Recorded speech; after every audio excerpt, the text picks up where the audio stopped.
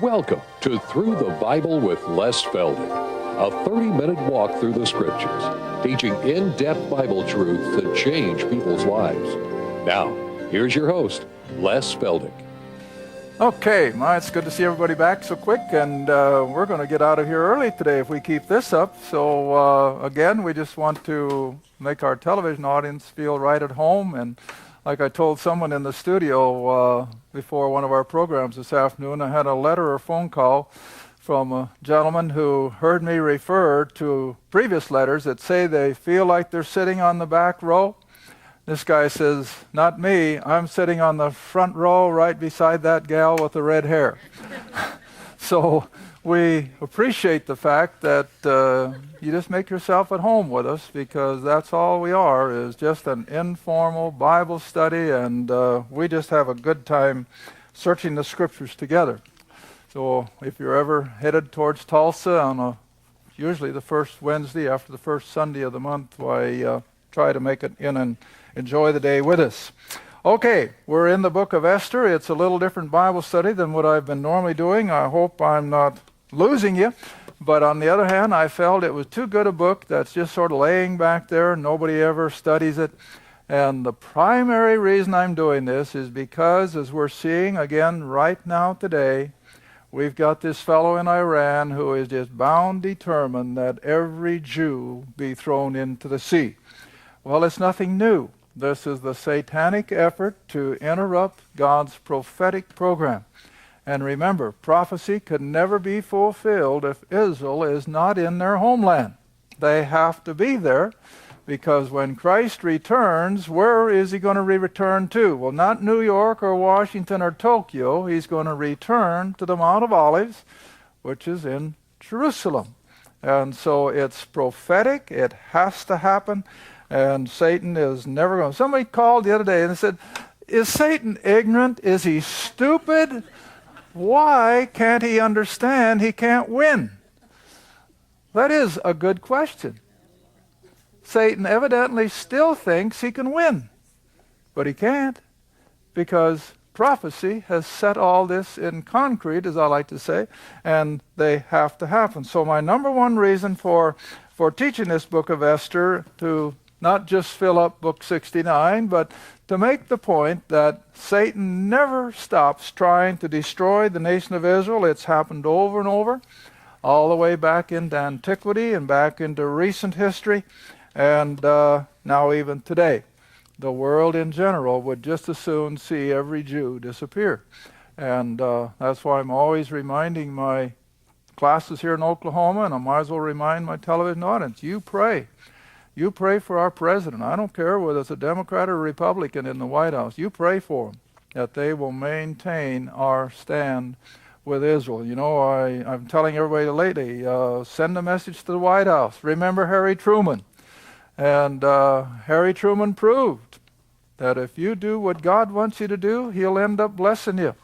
And for those of you who may not know what I'm talking about, you see, in the spring of 1948, when he was at the bottom of the polls, he didn't stand a Chinaman's chance, as we say, winning the election in the fall, and all his advisors, every member of his cabinet, every member of Congress begged him not to stand up with this little emerging nation of Israel while they were still fighting for their independence. And then I trust you all know the story. When Ben-Gurion announced to the world that Israel was now a sovereign state, Harry Truman was the first major player on the stage of history to declare America will stand with this little nation of Israel, and we will defend her. We will do everything we can to help her make it. Well, you see, that was in May of 1948, and in November, you all know your history. Harry Truman beat Thomas Dewey hands down, and I maintain all because, against all of his advisors, against all the media of the day, Harry Truman did what was right, and he stood up for Israel. And I feel that this is still appropriate today. So you pray for our men in high places. You pray for the nation of Israel, because they have to be there. Otherwise, prophecy can't be fulfilled. All right, so now then I'm going to go back to Esther again with that premise that here we have another opportunity that Satan thinks he can destroy the nation to the last little boy and girl. They were to have no mercy, to kill every Jew in the empire. All right, so we were down at chapter 4, and I'm going to read again the last part of verse 14, because this is exactly what it boiled down to, where Mordecai tells Esther, "Who knoweth whether thou art come to the kingdom as a queen in a place where she can really get something done? Who knoweth but that thou art come to the kingdom for such a time as this, to stop the obliteration of the Jewish people?" All right, so verse 15, "Then Esther bade them return Mordecai this answer, Go gather all the Jews that are present in Shushan, fast for me, neither eat nor drink for 3 days, night or day. I also and my maidens will fast likewise, and so will I go in to the king, which is not according to the law." In other words, she could not go in unless he would invite her. But she's going to make the move, and he could have just as well made the decree to kill her or to take her out of the way. Verse 17, "So Mordecai went his way and did according to all that Esther had commanded. Now it came to pass on the 3rd day that Esther put on her royal apparel." She's going to get dressed to the hilt. "And she stood in the inner court of the king's house over against his house, and the king sat upon his royal throne in his royal house over the gate, against the gate. And it was so, when the king saw Esther the queen standing in the court, that she obtained favor in his sight, and the king held out to Esther the golden scepter that was in his hand. So Esther drew near and touched the top of the scepter," which of course was the custom. You've seen it in movies, I know you have, where the king would appoint whoever touched the scepter to come into his presence. All right, so then verse 3, the king said, here it comes now, we're setting the stage to reverse everything against this Amalekite Haman. So the king said, "What wilt thou, Queen Esther, and what is thy request? It shall be given to thee, even to the half of the kingdom." And Esther answered, "If it seem good unto the king, let the king and Haman come this day into the banquet that I have prepared." Now she's just not asking him straight out, reverse the decree, but she's going to again, I think, get him pretty well, as we would say today, loosened up. And like a lot of people call it, attitude adjustment or whatever. Alcohol has been the vehicle for centuries, you know that. And so she's going to use the same thing. So she prepares a huge banquet. Verse 6, "And the king said unto Esther at the banquet of wine, What is thy petition? And it shall be granted thee. And what is thy request? Even to the half of the kingdom it shall be performed. Then answered Esther and said, My petition and my request is." Here it comes. And you know how they did in the antiquities. I know this because I read a lot of archaeology stuff. And this is exactly how they wrote each other letters. They would just flower and just give all kinds of descriptions of how great they were. And so she does the same thing. "If I have found favor in the sight of the king, and if it please the king to grant my petition and to perform my request, let the king and Haman come to the banquet that I shall prepare for them, and I will do tomorrow as the king hath said." So then Haman went forth joyful and with a glad heart. But when Haman saw Mordecai in the king's gate, that he stood not up nor moved for him, he was full of indignation, that's another word for wrath, against Mordecai. Nevertheless, Haman refrained himself, and when he came home, he sent and called for his friends and Zeresh his wife, and he rehearsed all that was taking place between him and the king, and how he feels that one of these days he's going to be second in the kingdom. He's really flying high. Then verse 12. Haman said, Moreover, yea, Esther the queen did let no man come in with the king unto the banquet that she had prepared, but myself. You see how they like to lubricate their ego? I guess that's part of politics, isn't it? They just love to have their ego stroked and, as we say, just lifted up. And so Haman was just ecstatic that he alone would be in this banquet with the king and the queen. All right, then, but he says, all of this availeth me nothing so long as I see Mordecai the Jew sitting in the king's gate. He had such a hatred for Jews that even though he thought he was really making headway with the king, yet this just overwhelmed him, see? And so, verse 14, his wife and all his friends unto him said, let a gallows be made of 50 cubits high, and tomorrow speak thou unto the king, that Mordecai may be hanged thereon. Then go thou in merrily with the king unto the banquet. And the thing pleased Haman, and so he caused the gallows to be built. But now here God moves in.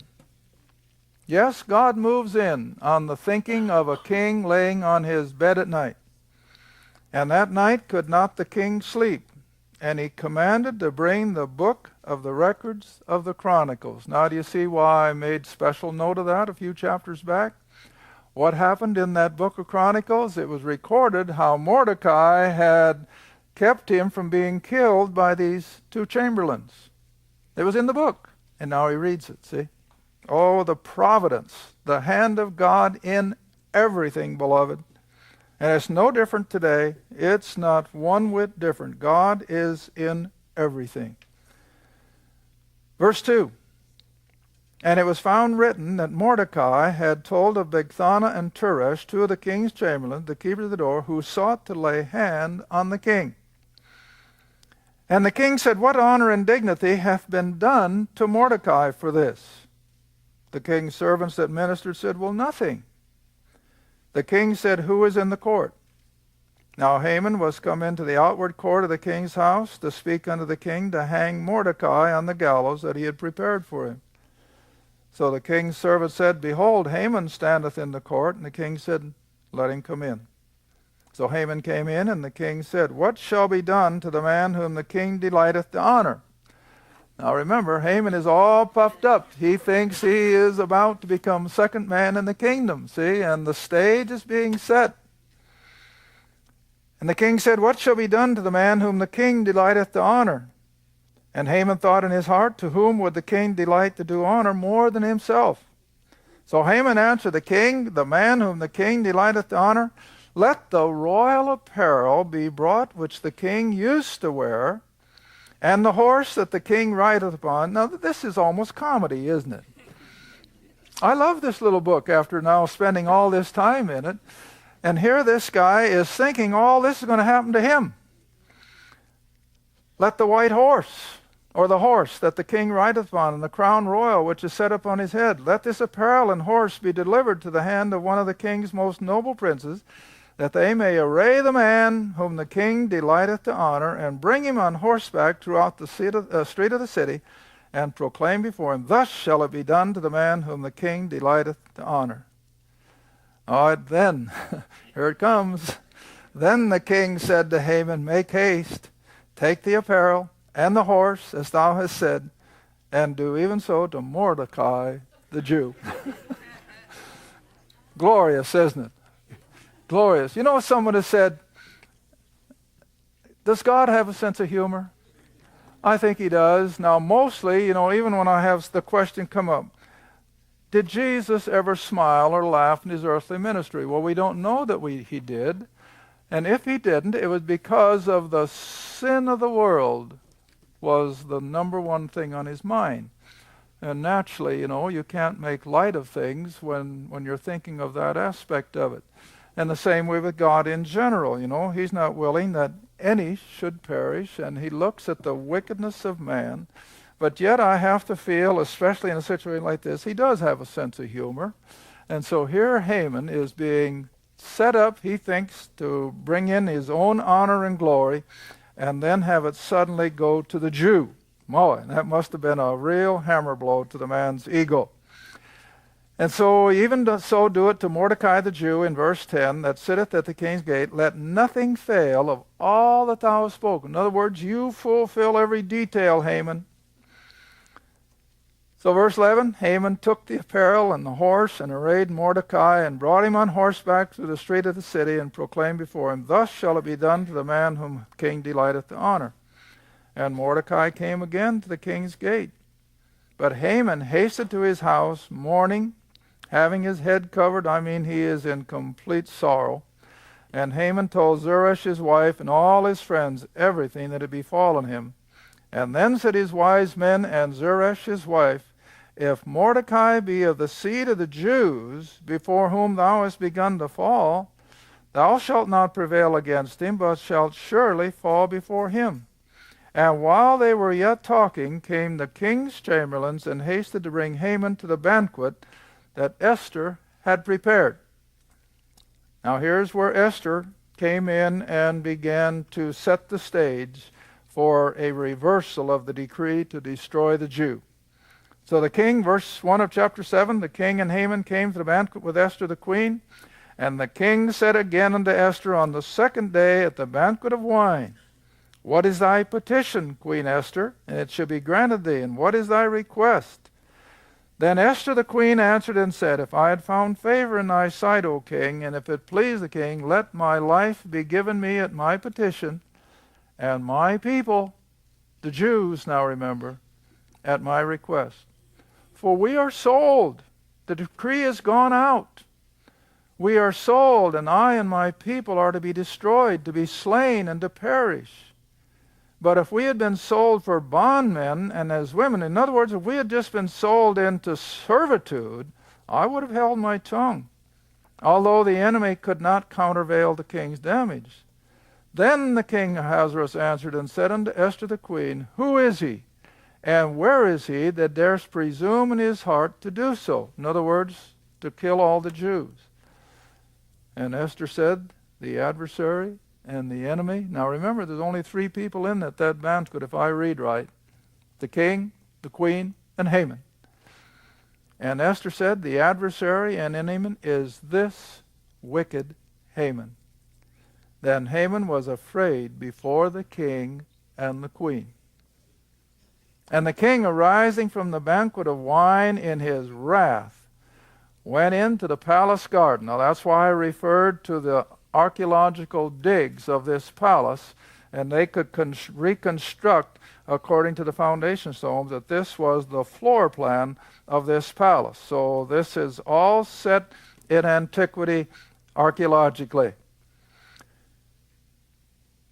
Verse 7, And so the king, arising in his wrath, went into the palace garden, and Haman stood up to make request for his life to Esther the queen, for he saw that there was evil determined against him by the king.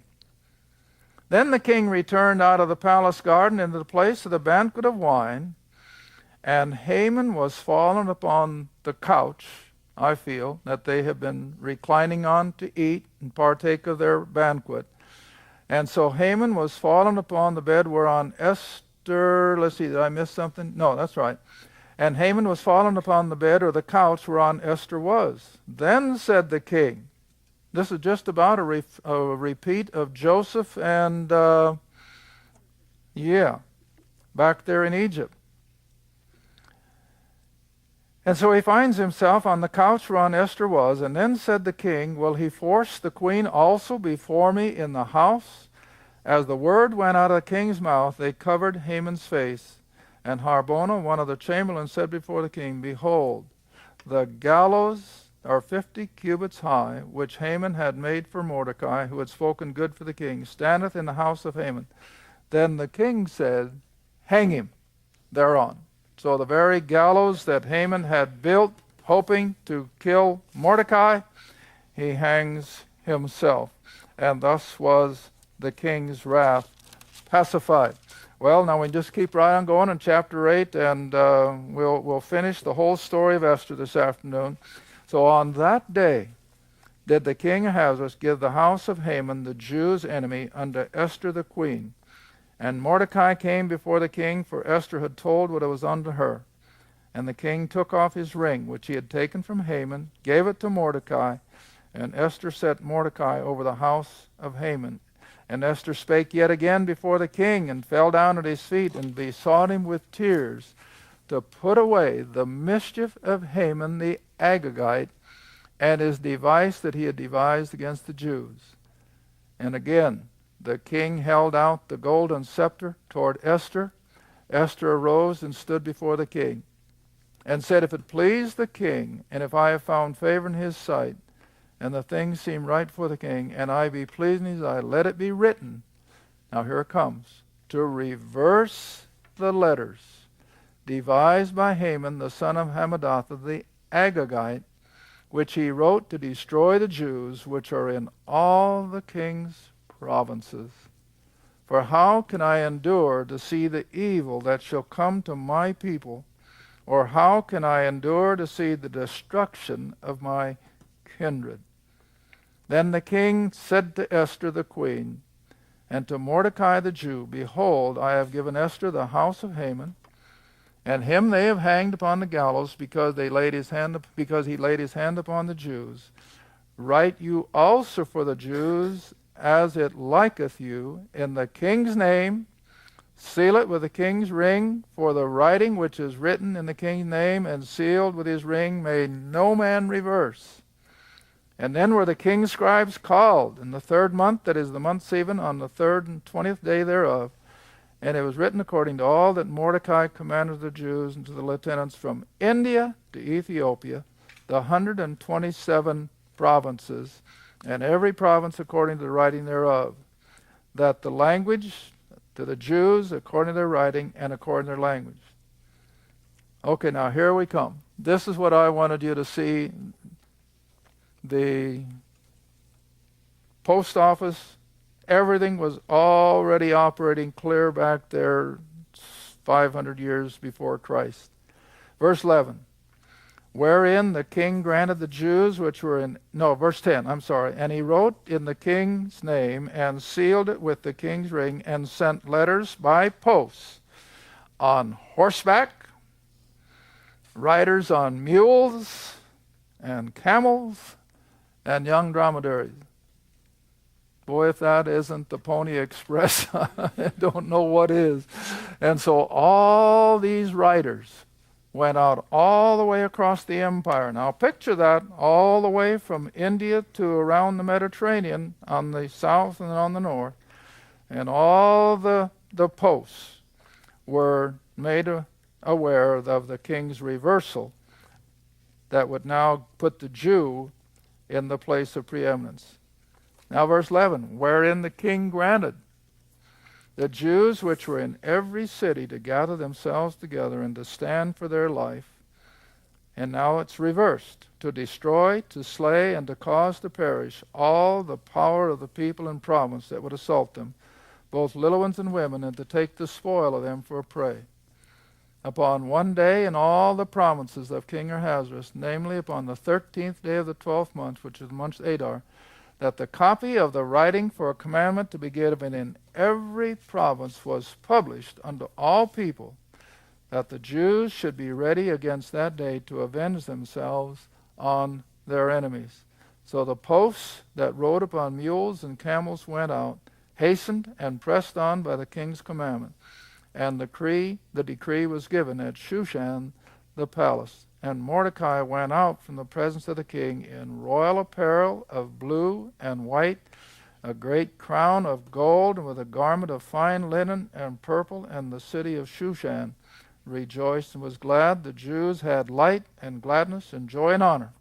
And in every province and in every city, whithersoever the king's commandment and decree came, the Jews had joy and gladness, a feast and a good day, and many of the people of the land became Jews. In other words, even some of the Gentiles came in and began to embrace the Jews' religion, for the fear of the Jews fell upon them.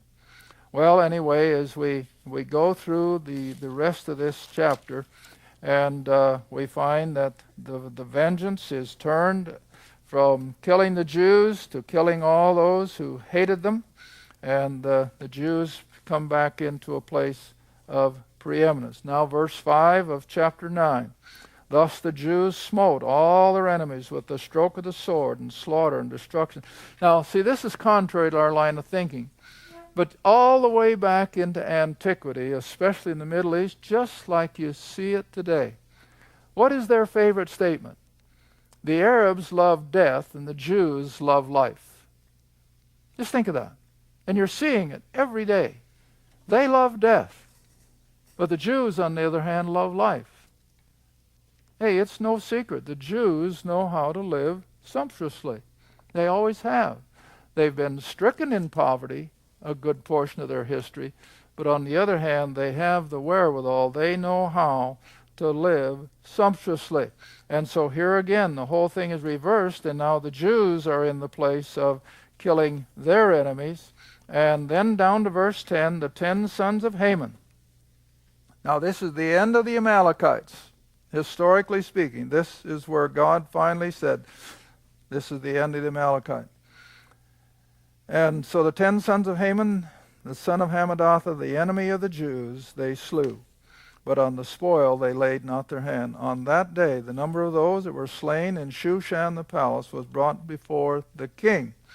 And the king said unto Esther the queen, the Jews have slain and destroyed 500 men in the palace.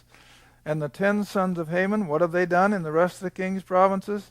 Now what is thy petition, and it shall be granted thee? Or what is thy request further, and it shall be done? Then said Esther, if it please the king, let it be granted to the Jews who are in Shushan to do tomorrow, also according unto this day's decree, and let Haman's 10 sons be hanged upon the gallows. And the king commanded it to be done, and the decree was given, and they hanged Haman's 10 sons, which, like I said, that brought an end then to the Amalekites, which King Saul should have ended himself hundreds and hundreds of years earlier. Verse 15, for the Jews that were in Shushan gathered themselves together on the 14th day also the month Adar, slew the 100 men at Shushan, but on the prey they laid out their hand.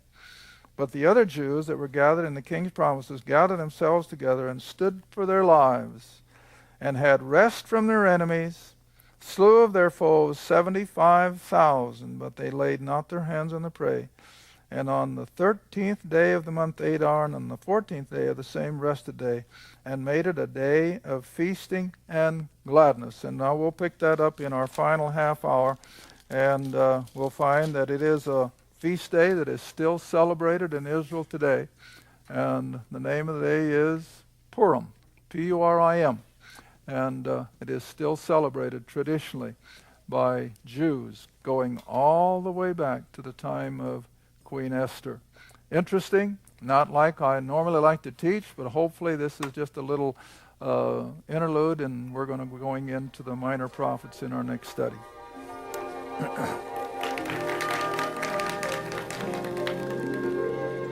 Thank you for watching Through the Bible with Les Feldick.